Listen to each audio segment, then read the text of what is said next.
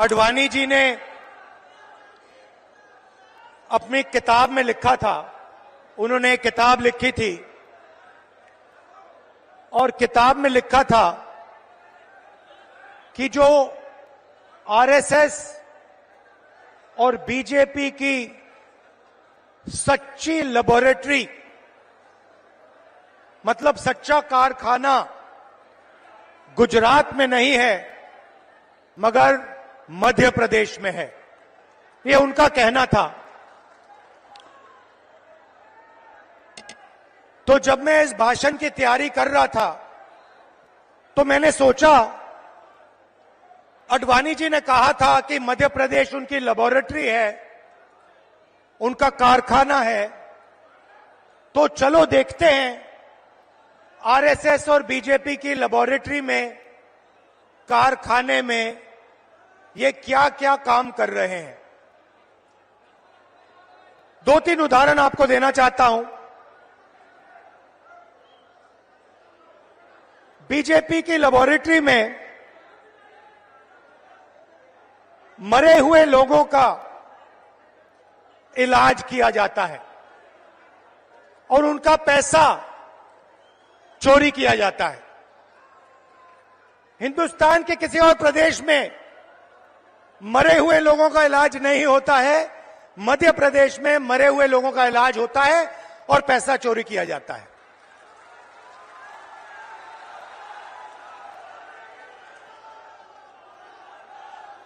मध्य प्रदेश में और किसी प्रदेश में शिव जी, भगवान शिव से चोरी नहीं की जाती है। मध्य प्रदेश में महाकाल कॉरिडोर में शिव जी से चोरी की जाती है।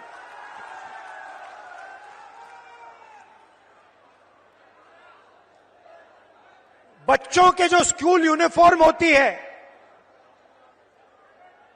उनका मिड डे मील का भोजन का पैसा होता है, वो बीजेपी लेबोरेटरी में उनसे चोरी की जाती है। मध्य प्रदेश के भविष्य से, छोटे छोटे बच्चों से चोरी की जाती है।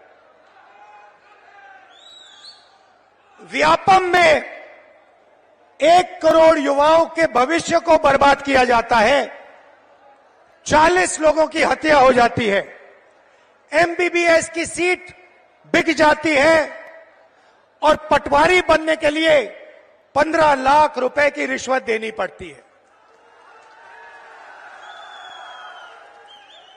मगर ये लोग वहां नहीं रुकते।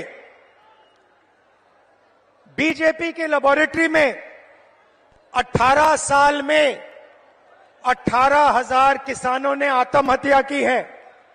हर रोज 3 किसान बीजेपी की लेबोरेटरी में आत्महत्या कर डालते हैं।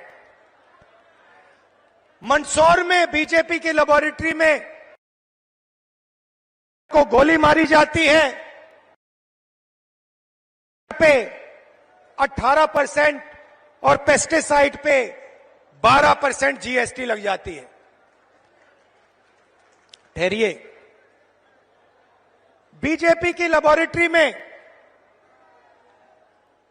हर रोज महिलाओं का बलात्कार होता है। 12 साल की में रेप होता है।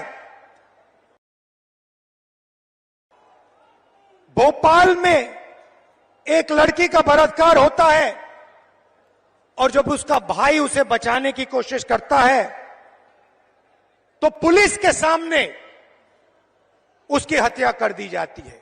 ये बीजेपी आरएसएस की लेबोरेटरी का काम। 45 सिलेंडर 11, और जहां भी देखो वहां पे प्राइवेटाइजेशन और कॉन्ट्रैक्चुअलाइजेशन किया जा रहा है। यह काम बीजेपी की लेबोरेटरी में आपके सामने किया जाता है। बीजेपी के लेबोरेटरी में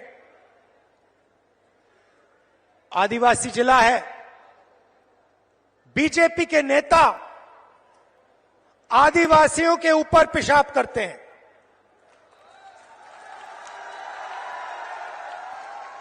यह मतलब था आडवाणी जी का जब उन्होंने कहा मध्य प्रदेश में आरएसएस और बीजेपी की लेबोरेटरी बनेगी, को करके दिखाया है। आदिवासियों के बीच आया हूं तो आपके बारे में थोड़ा कहना चाहता हूं। देखिए, शब्द बहुत जरूरी होते हैं। जब कमलनाथ जी भाषण देते हैं, हमारे नेता भाषण देते हैं, सोनिया भाषण देते थे, मैं भाषण देता हूं, ऐसी शब्द का प्रयोग करते हैं। आपने हमारे मुंह से कभी वनवासी शब्द सुना है? आदिवासी शब्द बीच में फर्क क्या है? आदिवासी शब्द का मतलब हिंदुस्तान के वासी जो यहां पहले आए थे। आदिवासी शब्द का मतलब जब पहले हिंदुस्तान आया, पहले लोग जो यहां रहते थे, जो इस जमीन के मालिक थे, उनको हम आदिवासी कहते हैं। मतलब यह कोई खोखला शब्द नहीं है। इसका मतलब हिंदुस्तान की जमीन, जल, जंगल पर आपका सबसे पहला हक बनता है। यह है इसका मतलब।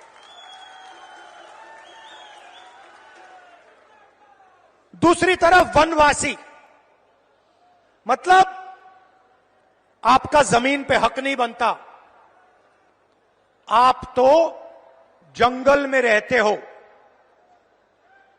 इसीलिए बीजेपी के लोग, बीजेपी के नेता आदिवासियों पर पेशाब करते हैं।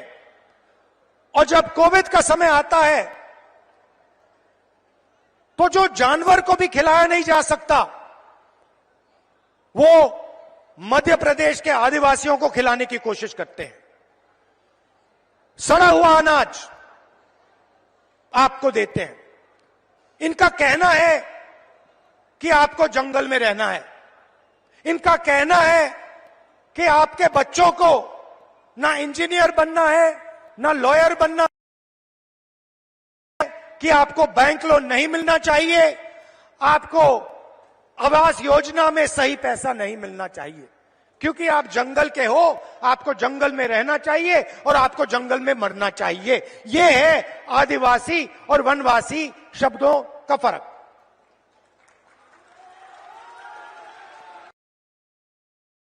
साफ है।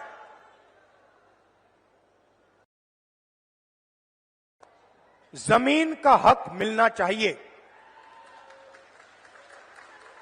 जंगल का हक मिलना चाहिए। और हम कानून लाए, क्योंकि हम खोखले वायदे नहीं करते। हम पैसा कानून लाए, हम फॉरेस्ट राइट एक्ट कानून लाए। अब इन पैसा कानून में साफ लिखा था, जमीन लेनी है, चाहे वो हिंदुस्तान का सबसे बड़ा उद्योगपति हो, अदानी हो, कोई भी हो, अगर जमीन लेनी है तो पहले जाकर हाथ जोड़कर ग्राम सभा के से जाकर पूछिए, नहीं तो जमीन नहीं ले सकते। ये कानून बनाया हमने।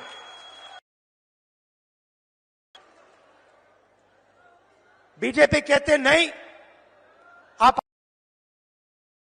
आप वनवासी हो, आपका जमीन पे कोई हक नहीं बनता, ग्राम सभा से कुछ पूछने की जरूरत नहीं, फॉरेस्ट डिपार्टमेंट जो करेगा वो करेगा, आदिवासियों का इसमें कोई हक नहीं बनता। और पैसा कानून को, एक्ट को उन्होंने रद्द कर दिया।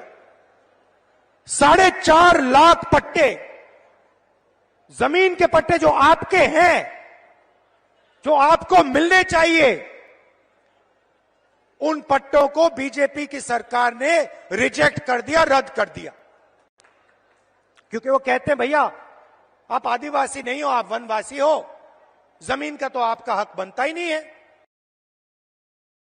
सरकार ने 3.5 लाख पट्टे आपके हवाले कर दिए थे।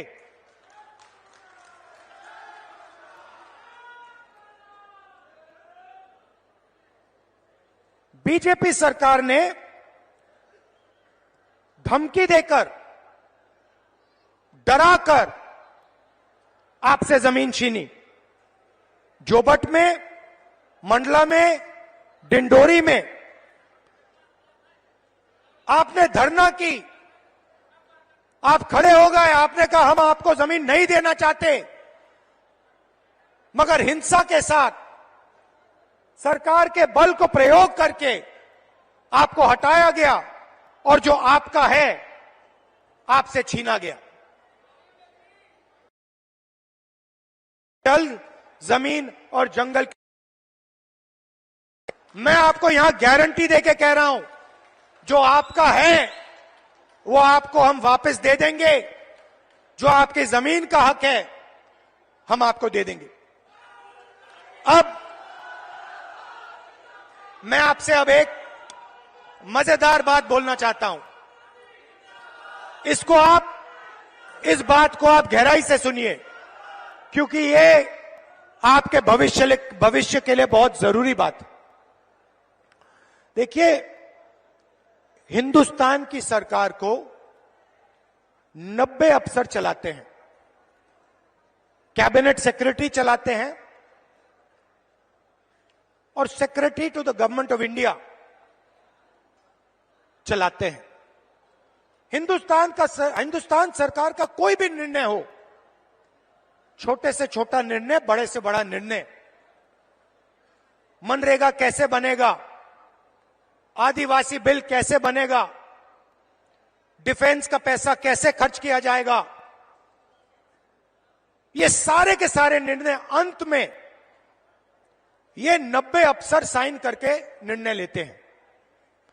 भाई और बहनों, बीजेपी के एमएलए और एमपी नहीं लेते हैं।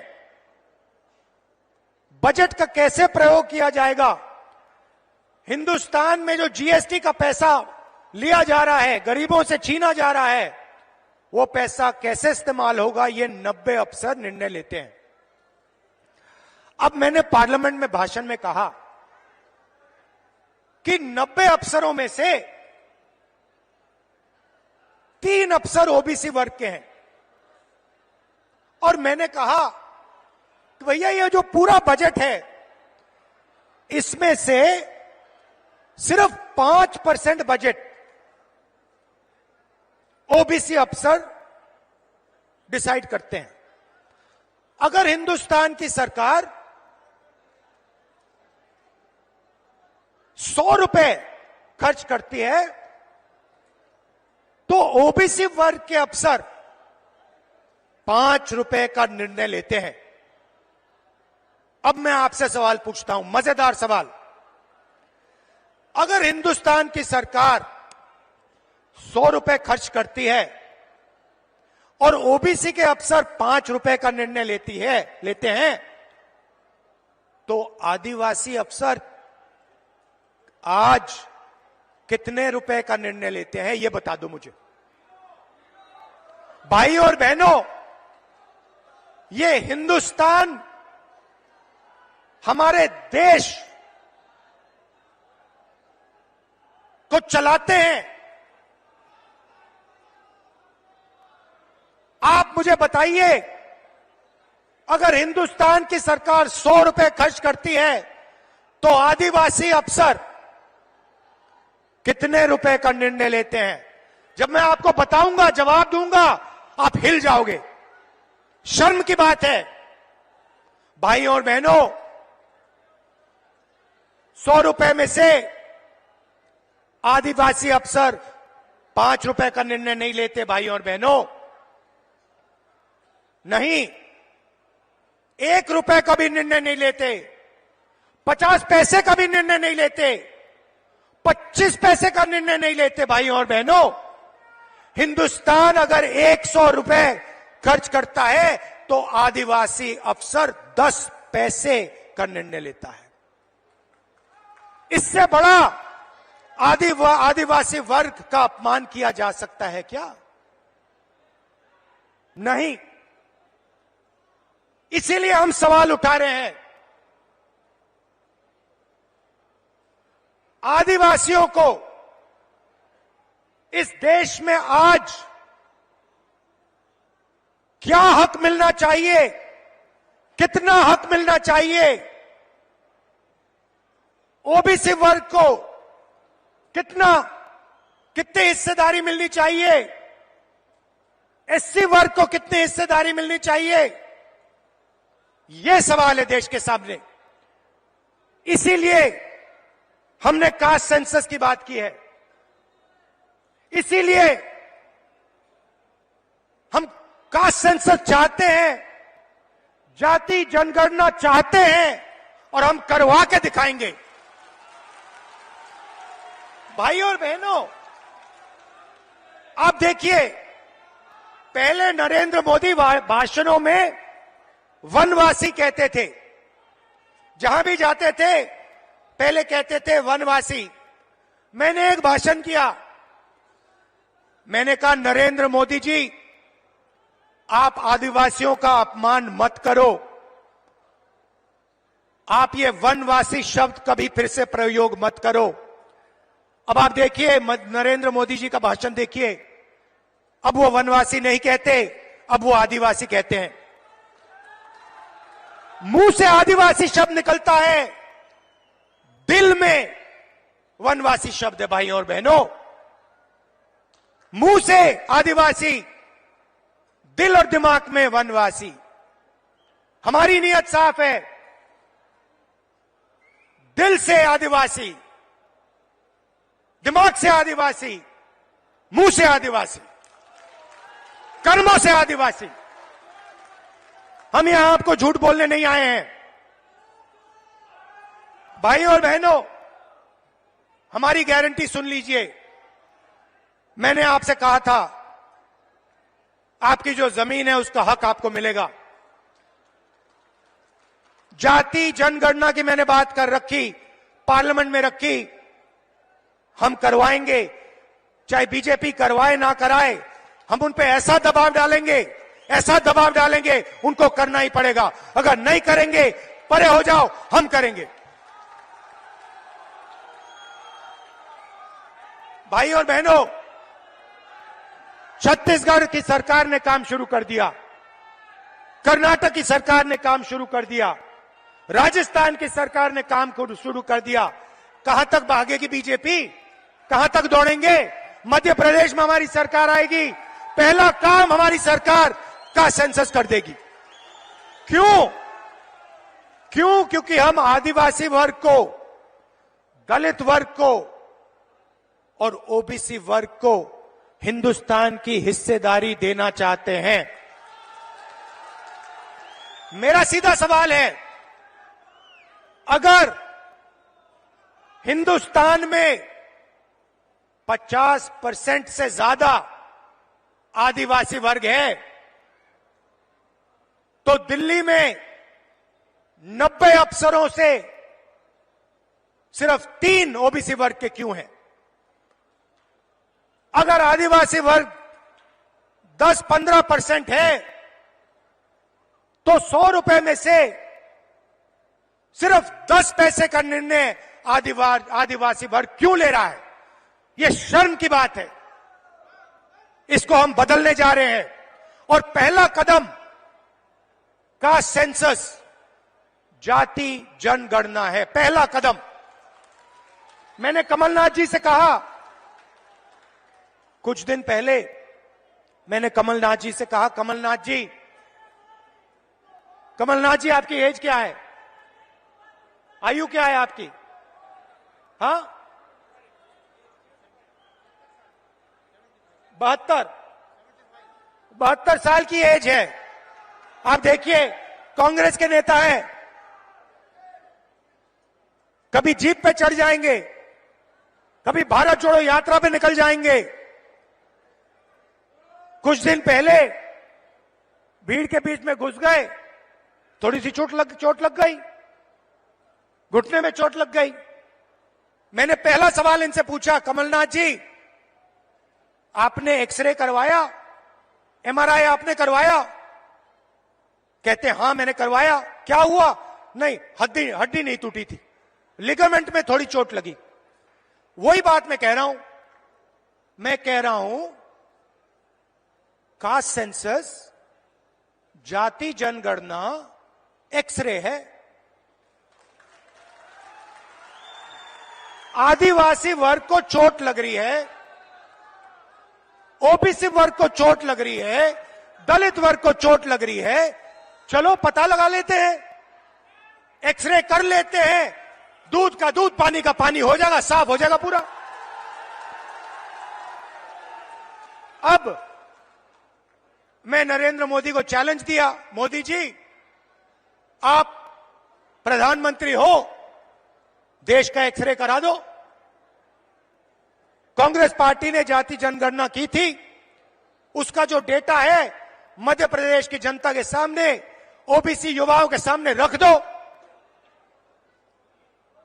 कभी नरेंद्र मोदी जी पाकिस्तान की बात करेंगे, कभी अफगानिस्तान की बात करेंगे, कभी साउथ इंडिया की बात करेंगे।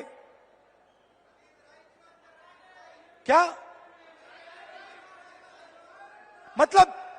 इधर ध्यान करवाएंगे, उधर दिखवाएंगे, ऊपर दिखवाएंगे, नीचे दिखवाएंगे। अरे नरेंद्र मोदी जी का सेंसस है, जाति जनगणना, उसके बारे में अपने भाषण में बोल दीजिए। अब मध्य प्रदेश का हर ओबीसी युवा, भाई और बहनों, मैं आपकी बात कर रहा हूं, आपके भविष्य की बात कर रहा हूं। आप बेरोजगार क्यों हो? समझो, बेरोजगार हो क्योंकि आपके लोग हिंदुस्तान की सरकार को नहीं चला रहे, बजट के निर्णय नहीं ले रहे।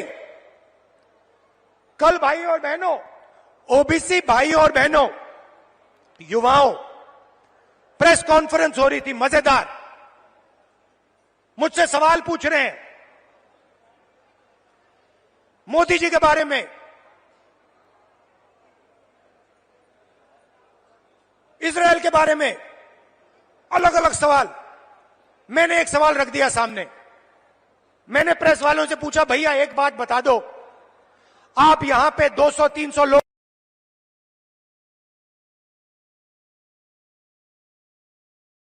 ना एक दलित था ना एक आदिवासी था। यह सवाल है हिंदुस्तान के सामने। सवाल का जवाब हम निकालना चाह रहे हैं। ओबीसी युवा हैं कितने, उनकी भागीदारी कितनी होनी चाहिए, यह हम जानना चाह रहे हैं। नरेंद्र मोदी छुपाना चाह रहे हैं सच्चाई, बताना नहीं चाह रहे हैं।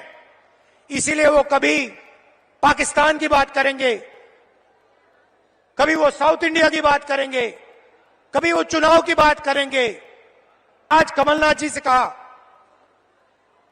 रणदीप सुरजेवाला जी से कहा हेलीकॉप्टर में आते हुए कि देखिए वायदे वो ही करने हैं